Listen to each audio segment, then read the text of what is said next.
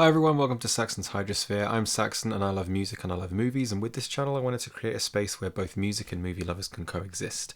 And today I'm going to be talking about Christopher Nolan's filmography and ranking all of his films. So this ranking is going to be a bit of a strange one for me because, to tell you the truth, it was only about 3 or 4 years ago that I started to really get into and fall in love with movies, and through that I became very late to Nolan's work, and somehow only until about 18 months ago all I had seen of his work was the Dark Knight trilogy. And as of right now, there are only 5 films on this list that I've seen more than once. Which could well mean that this list may, down the line, eventually see changes with rewatches, as I'm very aware that some of his work will benefit from multiple viewings, so bear in mind that when I get to my list, this is mostly all based on one single viewing. I am, however, going to be missing off one of his films in this ranking, that being Insomnia. I've been trying to find a way to watch this for ages, and not one single streaming platform I can access has it available in my country, and as sad and as silly as this may sound, I've not even been able to afford to buy a physical copy yet, and I really wanted to get this ranking video out as soon as I can. I am aware, however, that Insomnia is the only one of his films to not only be a remake of a foreign film, but also is not written by the director either, so already it's a bit of a black sheep despite the pretty good to okay things that I've heard, which leads me to be able to just talk about the films that Nolan has written as well as directed. I will get round to buying it one day, and maybe I'll do another ranking list after his 13th movie, who knows, but for now this will just be a list of 11. So I'd always known that Nolan was a director and writer of a great standard and held in very high regards in terms of how he uses as little CGI as he possibly can in favour of practical effects, his attention to scientific accuracy and plausible reality in his stories, and the thematic, thought-provoking and mind-bending way in which he writes. I was also wise to his passionate fanbase, but on the flip side of that, those people who believe his movies to put character second in favour of a complicated plot. And it was never a conscious choice of mine to avoid his work, but somehow the bulk of his films had kept slipping me by until I sought it all out over the last year and a half. And now, having seen everything, apart from Insomnia obviously, I can certainly see both sides of those arguments in different ways. And I know I may have some controversial opinions here, but I can safely say that I am now a Nolan fan for sure, because I don't think he's made anything close to a bad movie. They're all at least a 7 out of 10 for me. So with that, let's get into the ranking. Number 11, Following. Famously made on a tiny budget, Following is a really decent debut with a tight and interesting story that really sows the seeds of the kind of style and storytelling that would later be synonymous with a Nolan film, most notable of those here being the non-linear storytelling approach. This film kind of works best as a relic to be looked back on to gain insight into where Nolan started and how he grew as a filmmaker. I have heard people say that the only real reason to watch this is for Nolan completion, and while I can see the reason behind that statement, I don't want to take away from the fact that he has been a great writer from the get-go, it seems, as this is a pretty interesting and unique story in itself. The acting is a little janky in places, but that's all I have to say in terms of any negatives really. It's a fine, short and snappy crime noir story with no glaring flaws. It's just when comparing this to the rest of his films, it's chalk and cheese really, and that's why this is at the bottom. Number 10, The Dark Knight Rises. Okay, so this is a frustrating one. On the one hand, this trilogy as a whole is really quite nostalgic for me, which makes me want to see the good, and on the other hand, there's a lot about this one that's very messy and hard to look beyond. So I'm going to make this one a bit of a quickfire pros and cons list, I think, because there's a lot of aspects that I like and dislike at the same time. So, what I like. Firstly, Michael Caine is flawless here and is the best he has been in this entire trilogy, from his charming wit to the handful of emotional scenes with him. Alfred explaining to Bruce that he burnt Rachel's letter and his final scene at the Wayne Manor are particularly powerful, that manage to get me every time. And the rest of the returning cast is great too. Bale slips back into the role effortlessly. Morgan Freeman is always great to see. Gary Oldman is just as good here as he's been throughout the trilogy. And Joseph Gordon-Levitt is a very welcomed addition to this great cast of characters too. I like the arc that Bruce goes on here throughout, and I really enjoy the bittersweet and somewhat ambiguous ending. But now to get into the mixed aspects, while I like Anne Hathaway as Selena Kyle and I find her goal compelling, I do think it's all a little bit forced at times. And then when we get to Tom Hardy's Bane, who is probably the biggest mixed bag for me. While I'm captivated by his physical performance in the way he carries himself, and there are some lines of dialogue where you really feel the intimidating side of his character, like the whole "do you feel in charge" moment he has with John Daggett, and then of course most of the sewer fight with Batman.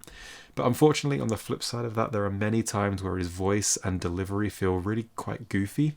And then his character is completely nerfed with the Miranda Tate and Talia al Ghul twist at the end, which nicely brings me into what I really don't like, and she is one of my biggest negative points. That whole twist really doesn't work for me, and when I think about The Dark Knight Rises, one of the things that always stays in my mind is her really annoying exposition scene near the end, followed by that cartoonishly over-the-top death scene that's just frankly cringe-inducing. And speaking of cringe, while I said I like the character work with Batman, the voice that Bale puts on is the most over-the-top in this movie, and what's weirder is his mask seems to be kind of pinching his nose, which means he's constantly mouth-breathing all over the place, and it's both distracting and goofy. And finally, overall, the entire plot is, just like I said at the beginning, quite messy. There's a lot going on with many contrivances and a crammed together plot. I did find out recently that this was initially intended to be a two-parter finale, which makes a lot of sense when you consider that a film this long still feels incredibly messy. So overall, what it does well is the character work for the main players like Bruce Wayne, Selina Kyle, Alfred and Jim Gordon, as well as wrapping up this trilogy very poignantly, especially in the last 10 minutes, but outside that, there's a lot that's really frustrating.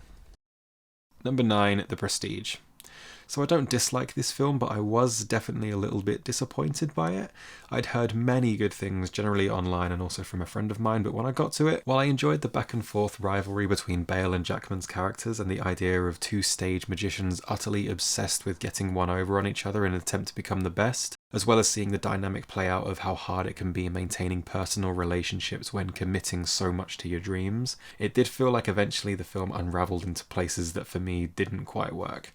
Firstly, something that I was really interested in initially was the way in which we can see the intricate inner workings and contraptions of how these magic tricks work, which really grounded and gave insight into the mystery of stage magic. But then that was all stripped away when David Bowie's character just kind of invents real magic in the form of a cloning machine. It just felt really disconnected from the established reality and honestly a little bit cartoony, which really took me out of the film. And then with the two twists at the end, Jackman's one, as much as I enjoyed how dark it was, I kind of knew where it was going. And then with Bale's character twist, while I hadn't got it 100% spot on, I had also kind of predicted because of the amount of times we see this mystery character who looks suspiciously like Christian Bale but with a beard, hat and glasses. So while I love the idea that the whole film plays out like a magic trick itself, and the idea of two people whose obsession takes them over that much that it ultimately leads to a dark downfall one way or the other, I was ultimately disappointed with where it decided to go in the end. Maybe a rewatch might change my mind, but as of right now it left me a little bit hungry. Number 8, Tenet. Even though still towards the bottom, I was actually pleasantly surprised by Tenet. Firstly, before going into this one, I had heard so much about how it's quite hard to follow and confusing, but I didn't find that to be the case at all. There's this throwaway line near the beginning of the movie that says, "Don't try to understand it," which at worst is just lampshading, but I think that's what tells you that this isn't really as high concept as the gimmick may suggest, and it isn't really about very much. This is just a spy thriller with this inversion idea worked into the plot, and when you take it like that, as I feel it's intended, then it's not really any more complicated than, say, the Back to the Future trilogy. It's just, instead of instantly transporting yourself back to the past to change the present or future, you travel to the past in reverse, interacting with altering the forward timeline as you travel backwards through time. Visually, it's incredibly impressive and looks amazing while all of these inverted shenanigans are going on, and the sound design is brilliant too. The score, while not done by Hans Zimmer this time round, is great all the same, just as bombastic and tense as most other Nolan thrillers. And then I thought the acting was pretty solid across the board too. I had heard that the lead performance from John David Washington was a little wooden and left to be desired, but I honestly thought he was great, especially considering the premise. Like I said, this is just a spy thriller, not some deep character study or anything, and Washington plays this kind of character brilliantly. He's suave when he needs to be, and the dude killed it in the action scenes. He was firing on all cylinders. You really feel the urgency in his sprinting, the weight of his punches, and the competence in his movements. Robert Pattinson I enjoyed as the co-lead. It wasn't one of his busiest roles, but I liked him as this character and enjoyed spending time with him. But the star of the show here was Kenneth Branagh.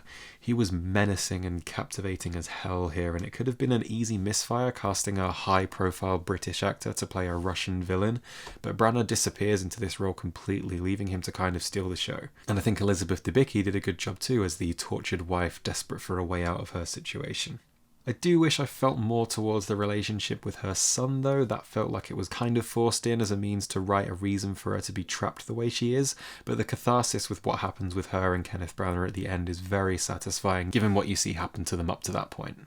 And finally, the pacing was also incredibly well handled. This did not feel like a 2.5 hour movie at all, and I was really quite surprised by that. The only real negative I have is that there were one or two little things that I predicted quite early on, but to be honest, when reflecting after the film, I wouldn't even say that's a negative really, because Tenet feels like just a huge jigsaw puzzle, which is really fun, especially when thinking about the whole temporal pincer movement and extending that idea outwards to the entire trajectory of the film. I had a surprisingly good time with this one despite not being too heavy on themes or characters, and I'm looking forward to eventually going back to see what I can get out of a rewatch. Number 7. That's the power of love. This and Tenet swapped around a few times when writing this list, to be honest, and it's one of the 5 films on this list that I have seen more than once. So my first time experience with Interstellar, this time last year actually, was a pretty mixed bag. Partly because of the story itself, but also on a more personal note, I have a bad association to this film due to the environment of my first watch, which made me reluctant to go back for a rewatch, but also made me feel like I may have a negative bias towards Interstellar just because of that association. So I forced myself to watch it again anyway for this ranking to see what my thoughts are 1 year later, and overall I was more engaged the second time round, but my thoughts haven't changed too drastically as a whole. Firstly, to talk about the good, visually this film is stunning, from the dusty and grainy Earth to the vast void of space, the terrifying black hole gargantua, travelling through wormholes, different planets, the mind-bending effects. Everything looks stunning, and that's only extended upon with the incredible score, for sure one of the best musical scores in this filmography. And then secondly, this is definitely the film with the most emotional weight behind it, and you do get swept up in and invested in the father-daughter relationship between Coop and Murph. But like many have pointed out, I'm just not sure I buy into the whole love is quantifiable and will save the human race part of the finale. And that whole scene inside the Tesseract, emotional as it is to watch Coop helplessly pleading to his past self to not leave his daughter, the way in which everything comes together is really dragged out and really beats you over the head with over-explaining itself, which would be less of an issue if, after all the over-explaining, you're actually left with solid information apart from love did it. I'm sorry if I sound like I'm shitting on the entire movie. I'm not. For the most part, I'm really on board with the space travel stuff, the tension behind the idea of time being a resource on the water planet, that famous gut-punching scene of Coop having to catch up on 20-odd years of video messages from his kids, the constant pain you see in Jessica Chastain's older version of Murph, missing her dad and eventually thinking he deliberately abandoned her. But then we have all this stuff on Man's planet and his part to play in all of this, which is kind of hit or miss for me, and don't get me started about how on the nose his name is. There's one particular cliche that I'm not fond of, where a character just dies just as he's about to give someone a piece of information that could be incredibly important to them. And then my final negative is that I really do feel the runtime with this one. So while I like the tension behind some of the set pieces, the sensory experience, the emotional weight, and the story of a man trying to balance saving the planet from extinction but not wanting to lose time with his children, I just happen to have far more negatives and nitpicks with this one than I do with the films higher on my list. It's still great, but it's got a lot holding it back personally. Number 6, Dunkirk. This is one that seems to be favoured either pretty high or pretty low from what I've seen, but I thought Dunkirk was incredible. Firstly, being very different to most war films in the sense that this is not this grand, linear, near 3-hour epic, and instead takes a more broadened look at one particular event through the eyes of many different characters, and did so with the non-linear type of storytelling that I find to be one of Nolan's strongest writing styles. All in a tight and fast-paced 90 or so minutes, making everything feel that much more desperate and tense. And while I would partially agree with some complaints I've heard that you don't really get enough time with any one character, for instance, I would have loved to have spent more time on the boat with Mark Rylance, Cillian Murphy and Barry Keoghan, but I don't think that detracts from the primary focus and the aim of the film, as the high tension is still there throughout, and I think the heart comes through from the bigger picture as opposed to one or two characters. On a technical level, this is phenomenal, especially when taking into account Nolan's practical approach to everything. The shots used are some of the best and most powerful across his entire body of work, I think. Everything is cut together perfectly, the score is intense, and the performances from the actors are stellar too. I do, however, have one issue actor-wise, and that's with Tom Hardy. And it's not necessarily a complaint towards Hardy himself, but I do feel it's a little strange to me that someone of that status, especially around the time when his reputation as a compelling actor had been building to massive heights, is given a role where he barely speaks, and when he does, it's mostly either a closed question or response over a Spitfire radio. That's not to say he was bad in the role, though I just wish he had more to do.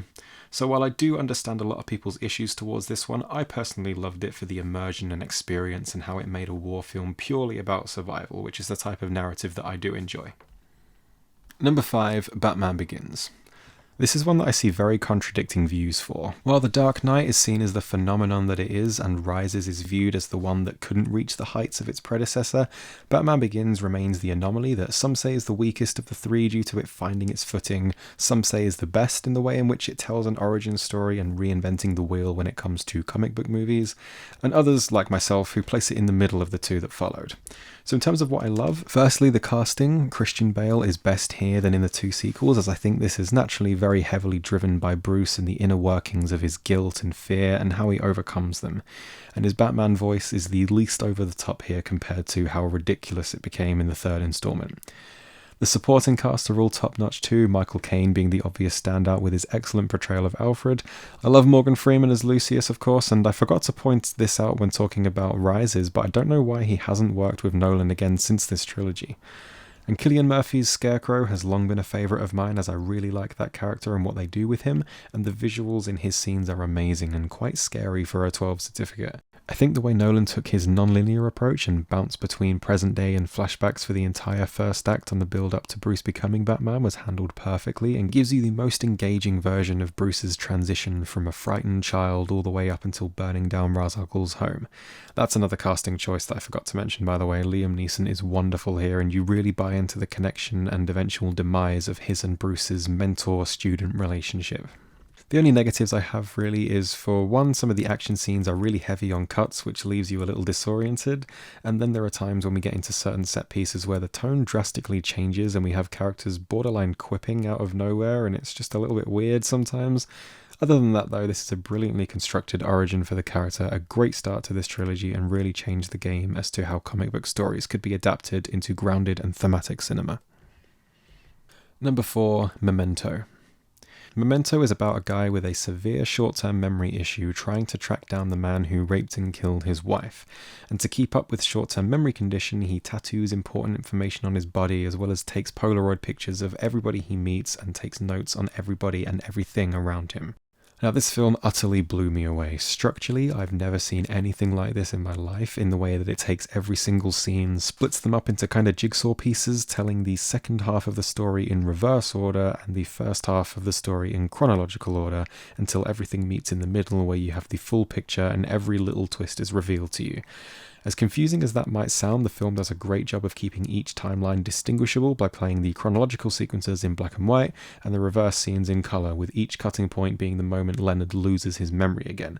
And what this does is keep you from start to finish completely invested in the story, as you basically start each scene at the other end of a cliffhanger and you're constantly thinking, like, how did we get here? And by the end of the scene, everything lines up with how the previous scene started, so you're filling in the answers to every little question as you make your way through the film, putting you in the exact same mindset and mental state as the protagonist, which is just really incredibly innovative and unique.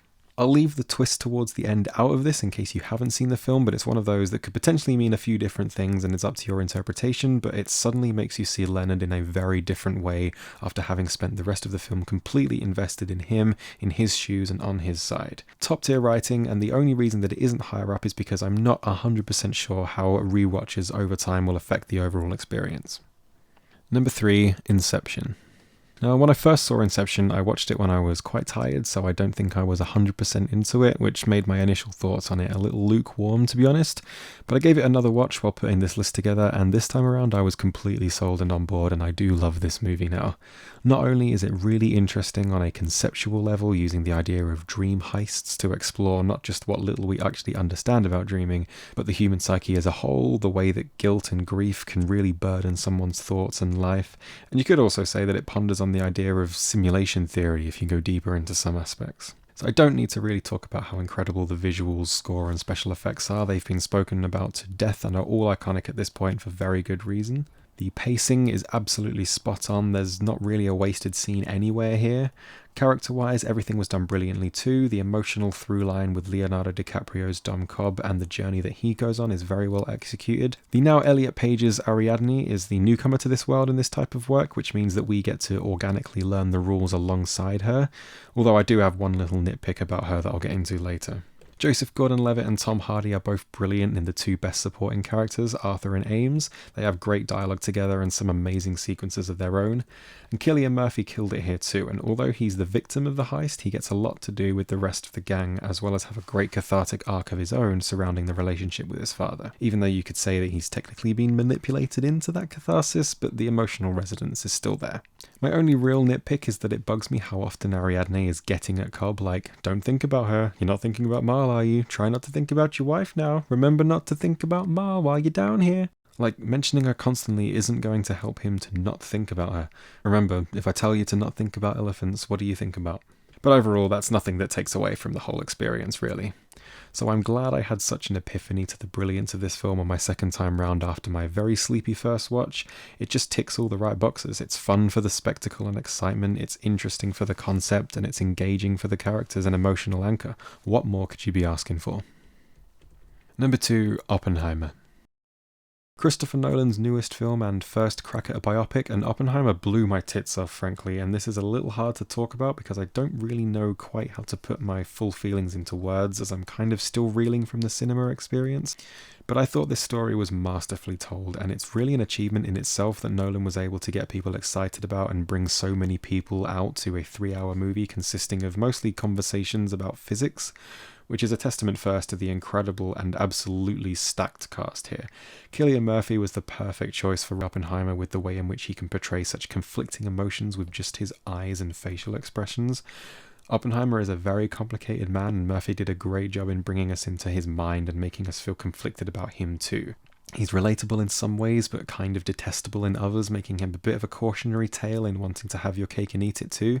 In Kitty's words, you don't get to commit sin and then make us feel bad for you that it had consequences. This line really stood out to me, and there are so many other poignant messages like this that go beyond just the creation of something physically deadly and extend into the human condition. Robert Downey Jr. as Lewis Strauss was just as compelling here as the yang to Murphy's yin across the entire film, and you really begin to despise him as all the pieces fall into place before the end, and I love the way in which he becomes more and more desperate and short-fused as the narrative moves forward. And that's not to mention the rest of the huge supporting cast with Emily Blunt, Matt Damon, Florence Pugh, Rami Malek, Jason Clarke, Benny Safdie, Gary Oldman, the list goes on, and everyone is firing on all cylinders here. It's immaculate in terms of acting. Of course, the sound design and music were incredible too, and this is one of those movies where the silence is just as impactful as the exhilarating score. The Trinity test scene, of course, is an absolute standout example of this, and I remember my chest feeling like it was caving in due to the sheer anxiety that this scene caused me simply due to the visual presentation and chilling silence. And then of course we come to the speech scene towards the end, where Oppenheimer's guilt is expertly presented visually to us in the most sickening and terrifying of ways, and it's all so invigorating, and we really feel the emotional toll his actions have taken on him. And what's so scary is the thought racing through his mind is of course to this day still a global threat at all times. And that's the final thing I can say about this that really made the film stick with me. We know where everything was leading to into this film. We knew the Trinity test would succeed and the bomb would be dropped in Japan, but it's that knowledge and the subsequent knowledge of this looming threat that Robert J. Oppenheimer birthed to the world while knowing the potential that it holds that makes the whole story so scary and impactful. This is also incredibly paced for a 3-hour movie, by the way. I didn't feel that time whatsoever, which is a massive testament to the writing, editing, and the performances. And I can't wait to see this again when it gets a physical release. I would happily spend many more 3-hour sessions with this film. Number 1, The Dark Knight. Were any of you surprised? Of course not. Not only considered one of the best comic book movies of all time, but one of the best movies of all time, period, and I couldn't bring myself to place it anywhere but number 1 on this list. Not only is it hugely nostalgic for me like the rest of this trilogy, but as I went into adulthood, crime thrillers became my jam, and still to this day The Dark Knight remains a staple in that genre. The performances are iconic. Heath Ledger, especially with his Oscar-winning take on the Joker, just absolutely steals every scene he's in, and I'm sure that most of the rewatch value lies in getting to see Ledger as this character over and over again. Aaron Eckhart's portrayal of Harvey Dent is sadly a little overshadowed by the Joker, but he is just as good here as he transitions from Gotham's White Knight into the grief-riddled and vengeful Two-Face alter ego.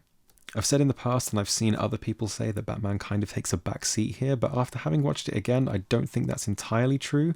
It's just that Ledger's performance is that good that it can feel that way, but this is still very much a Batman story, with his moral code being constantly tested by the Joker in these chaotic and murderous schemes, whilst trying to make Gotham a better place so it no longer needs him to be the Batman. The entire plot plays out like a giant game that the Joker has had rigged from the get-go, with every set piece and story beat flowing effortlessly into the next to create a consistently exciting and tense narrative, building all the way up to that final confrontation, leaving Batman no choice but to become the villain in the eyes of Gotham in order to save the reputation of Harvey Dent that the Joker had tainted and destroyed. And that final monologue from Gary Oldman's Jim Gordon still gives me chills every single time. Whenever I go to rewatch this, just as I did for this ranking, I always start to think, is it really going to be as good as its reputation? And I prepare myself for the spell to wear off, but then that opening scene plays out and it's simply masterful, leaving me totally hooked until the credits roll once again. This never gets boring and deserves the reputation it's earned, and that's why it's my number one Nolan film. So that wraps up my Christopher Nolan ranking, and like I said at the beginning, over half of these are based on a one-time viewing, so things may change around when it comes to the eventual release of his 13th movie, but as of right now I'm pretty confident in their placement. Remember to let me know down below how you would rank the Christopher Nolan films. Do you agree with me? Do you disagree with me? Let's have a conversation about it. Remember to like the video and subscribe to the channel. I'll also leave a link down below to my Patreon. I would love to have a few more people get involved with me down there. And that's it for today. Thanks for watching, and I'll see you in the next one.